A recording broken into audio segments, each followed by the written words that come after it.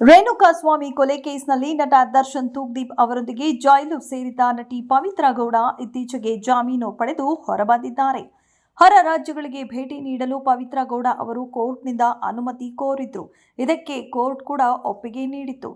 ಇತ್ತೀಚೆಗೆ ಅಮಾವಾಸ್ಯೆ ದಿನವೇ ಪವಿತ್ರ ಗೌಡ ಅವರು ಮಹತ್ವದ ಕೆಲಸ ಮಾಡಿರುವುದಾಗಿ ಸೋಷಿಯಲ್ ಮೀಡಿಯಾದಲ್ಲಿ ವಿಡಿಯೋ ಹಂಚಿಕೊಂಡಿದ್ದಾರೆ. ಇತ್ತೀಚೆಗೆ ಅವರು ಶಿರಡಿಗೆ ತೆರಳಿ ಸಾಯಿಬಾಬಾ ದರ್ಶನ ಪಡೆದು ಬಂದಿದ್ರು. ಸದ್ಯ ಸೋಷಿಯಲ್ ಮೀಡಿಯಾದಲ್ಲಿ ಫುಲ್ ಆಕ್ಟಿವ್ ಆಗಿರುವ ಅವರು ಇತ್ತೀಚೆಗೆ ಅಮಾವಾಸ್ಯೆ ದಿನ ಪುಣ್ಯದ ಕೆಲಸ ಮಾಡಿದ್ದಾಗಿ ವಿಡಿಯೋವನ್ನ ಶೇರ್ ಮಾಡಿಕೊಂಡಿದ್ದಾರೆ. ಉತ್ತರ ಪ್ರದೇಶದಲ್ಲಿ ಪ್ರಯಾಗ್ರಾಜ್ನಲ್ಲಿ ಮಹಾಕುಂಭಮೇಳಕ್ಕೆ ನಟಿ ಪವಿತ್ರ ಗೌಡ ಕೂಡ ಭೇಟಿ ನೀಡಿದ್ದಾರೆ. ಅದು ಇತ್ತೀಚಿನ ಮೌನಿ ಅಮಾವಾಸ್ಯೆಯೆಂದು. ಈ ಪವಿತ್ರ ದಿನದಂದು ಪವಿತ್ರ ಗೌಡ ಅವರು ಪ್ರಯಾಗ್ರಾಜ್ಗೆ ತೆರಳಿ ಅಲ್ಲಿನ ಸಂಗಮದಲ್ಲಿ ಮಿಂದೆದ್ದು ಮಹಾಕುಂಭಮೇಳದಲ್ಲಿ ಪಾಲ್ಗೊಂಡಿದ್ದಾರೆ.